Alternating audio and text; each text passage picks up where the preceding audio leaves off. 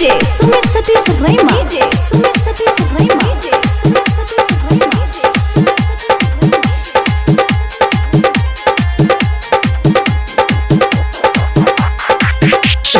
है तो जाए है माला दारू पी के बीच में फनबो गई छौरी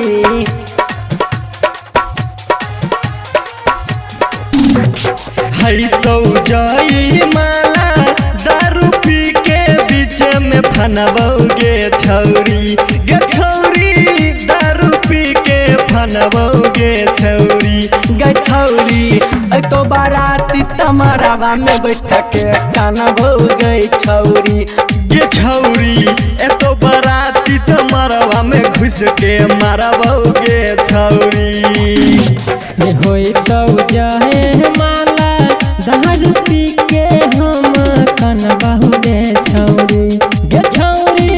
दारू पी के फनबो गे छौरी गे छौरी सुलह के तोर गरवा में गोली मरबो गे छौरी गे छौरी मरवा में तोर भतरा के गोली मरबो गे छौरी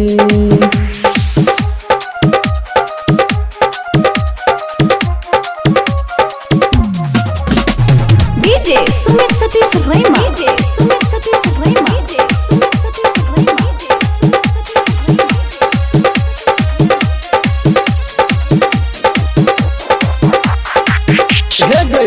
हमर नहीं भेल ही गे छौरी के करो नहीं है बही कहे छौ पागल लागे पगली ससुरो नहीं जैबही हे गे जाई छे ससुरवा अपना पियावा के साथ में लइले छे मेहंदिया अपन दोनों गे हाथ में गे बाप तोरा भाई के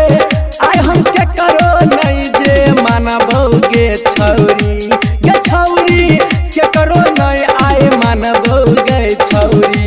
ये जान मरबा में तोरा भतरा के गोली मरबो गे छौरी तो बाराती तमरावा में बैठ के कानबो गे छौरी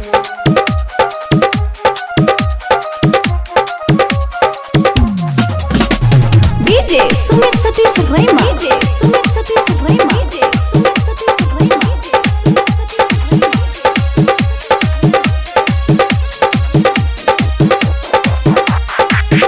जहिना नहीं बने छौरी आलू बिन समोसा तहिना नहीं करतै छौरा छौरी पर भरोसा गे छौरी नहीं मनबे प्यारे लाल पर भास के छौरी दई देलही धोखा राकेश धर्मेंद्र बेचतौ चौक पर समोसा प्यारे लाल पर भास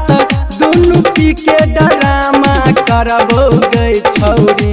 गे छौरी परबिन सर के न देलही गे छौरी